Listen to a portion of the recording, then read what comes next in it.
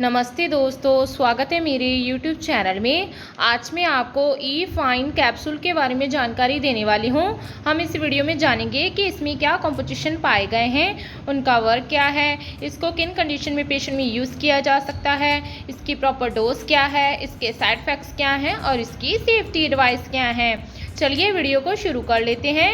सबसे पहले हम जानते हैं कि जो ई फाइन कैप्सूल है इसमें क्या कंपोजिशन पाए गए हैं। जो ई फाइन कैप्सूल है इसमें vitamin E, wheat germ oil and omega 3 fatty acids and ये सॉफ्ट जेल कैप्सूल हैं। और इसकी मात्रा की बात करें तो इसमें जो विटामिन ई नेचुरल है ये 400 इंटरनेशनल यूनिट पाया गया है और दूसरा इसमें जो व्हीट जर्म ऑयल है ये 100 mg पाया गया है और तीसरा इसमें जो ओमेगा 3 फैटी एसिड्स हैं ये 30 mg पाया गया है और ये ऑल्जवेल हेल्थ केयर कंपनी द्वारा मैन्युफैक्चरिंग किया गया है।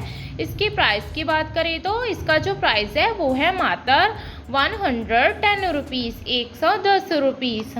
अंदर से पैकिंग की बात करें तो जी आपको कुछ इस तरह को देखने को मिल जाएगी। आपको इसकी 1 पैकिंग में 10 सॉफ्ट जेल कैप्सूल अवेलेबल हो जाएंगे।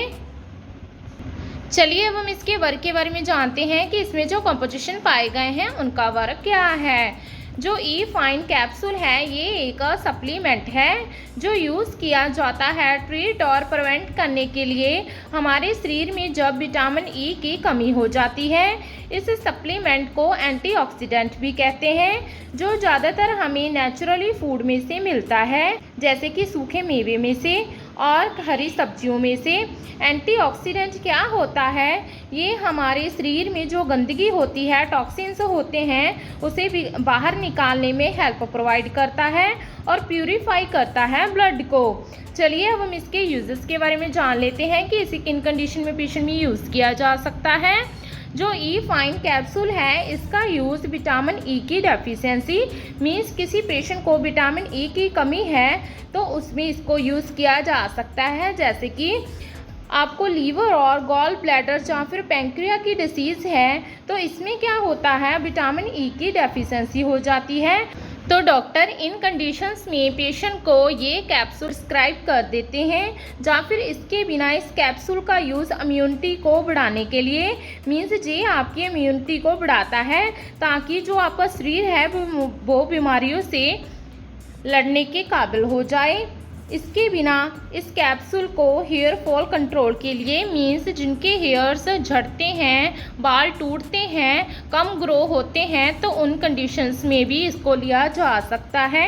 या फिर इसके बिना इसको एक्ने प्रॉब्लम मीन्स किसी पेशेंट के पिंपल्स की प्रॉब्लम है फेस पर तो इन कंडीशंस में भी ये यूज़ किया जा सकता है। ये स्किन को प्यूरिफाई करता है और एक्ने को रिड्यूस करता है। इसके बिना इसको डायबिटीज़ कंट्रोल मीन्स ये पेशेंट में ब्लड ग्लूकोज का लेवल होता है उसको कम करता है और डायबिटीज़ के पेशेंट में जिनको शुगर होती है उनमें ये डायबिटीज़ को कंट्रोल करने में हेल्प करता है। इसके बिना इस कैप्सूल को ग्लोइंग स्किन और रिंकल फ्री स्किन में यूज़ किया जा सकता है मीन्स स्किन को ग्लोइंग करने के लिए या फिर जो झुर्रियाँ होती हैं उन्हें कम करने के लिए भी इसको स्किन पर अप्लाई कर यूज़ किया जा सकता है। इसके बिना इस कैप्सूल का यूज़ लेग क्रैम्प्स मीन्स किसी पेशेंट्स के लेग्स में क्रैम्प्स पड़ते हैं और साथ में लेग्स में पेन होती है तो उससे भी ये रिलीफ दिलाता है। या फिर इसके बिना इस कैप्सूल का यूज़ वर्कआउट के बाद जो जिम यूज़ करते हैं वो वर्कआउट के बाद एनर्जी प्रोवाइडिंग के लिए और इम्यूनिटी को बूस्ट करने के लिए इस कैप्सूल का यूज़ कर सकते हैं। इसके बिना इस कैप्सूल का यूज़ आई साइट्स को बढ़ाने के लिए मीन्स आपकी जो आई की हेल्थ है उसको प्रमोट करने के लिए भी इसका यूज़ किया जा सकता है। चलिए अब हम इसकी डोज के बारे में जान लेते हैं। जो ई फाइन कैप्सूल है इसकी जो डोज और ड्यूरेशन होती है वो पेशेंट की एज, सेक्स, बॉडी वेट और उसके सिम्टम्स पर डिपेंड करती है। अदरवाइज आप इस कैप्सूल को स्किन ग्लोइंग के लिए दिन में 1 से लेकर 2 बार या फिर अदरवाइज डॉक्टर इस कैप्सूल को बिफोर स्लीप मीन्स सोने से पहले एक बार आपको प्रिस्क्राइब कर सकते हैं। अगर आप हेयर और स्किन पे यूज़ कर रहे हैं इस कैप्सूल का तो पहले आपने allergy test means sensitivity test जरूर करना है। आपने इस कैप्सूल को लेकर इसको तोड़कर उसके लिक्विड पदार्थ को अपनी हथेली पर या फिर कान के पीछे लगाना है। अगर आपको किसी तरह की खारिश या फिर किसी तरह की कोई और एलर्जिक सिम्टम से दिखाई देते हैं सडन ही, तो आपने इसका यूज़ नहीं करना है, अदरवाइज़ आप इसका यूज़ कर सकते हैं।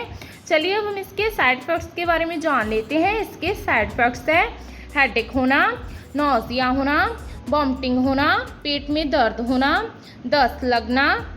इसके बिना सम टाइम पेशेंट को कुछ सीरियस साइड इफेक्ट हो सकते हैं इसकी ज़्यादा डोज लेने के कारण, जैसे कि हार्ट पर, दिमाग की नसों में प्रेशर पड़ना, स्ट्रोक होना या फिर इंटरनल ब्लीडिंग होना। अगर आपको ये साइड इफ़ेक्ट गंभीर रूप में नज़र आए तो अपने नियरली डॉक्टर के साथ संपर्क जरूर करें। लास्ट में इसके कुछ सेफ्टी एडवाइस के बारे में जान लेते हैं। इसके सेफ्टी एडवाइस हैं, छोटे बच्चों से इस कैप्सूल को दूर रखना है।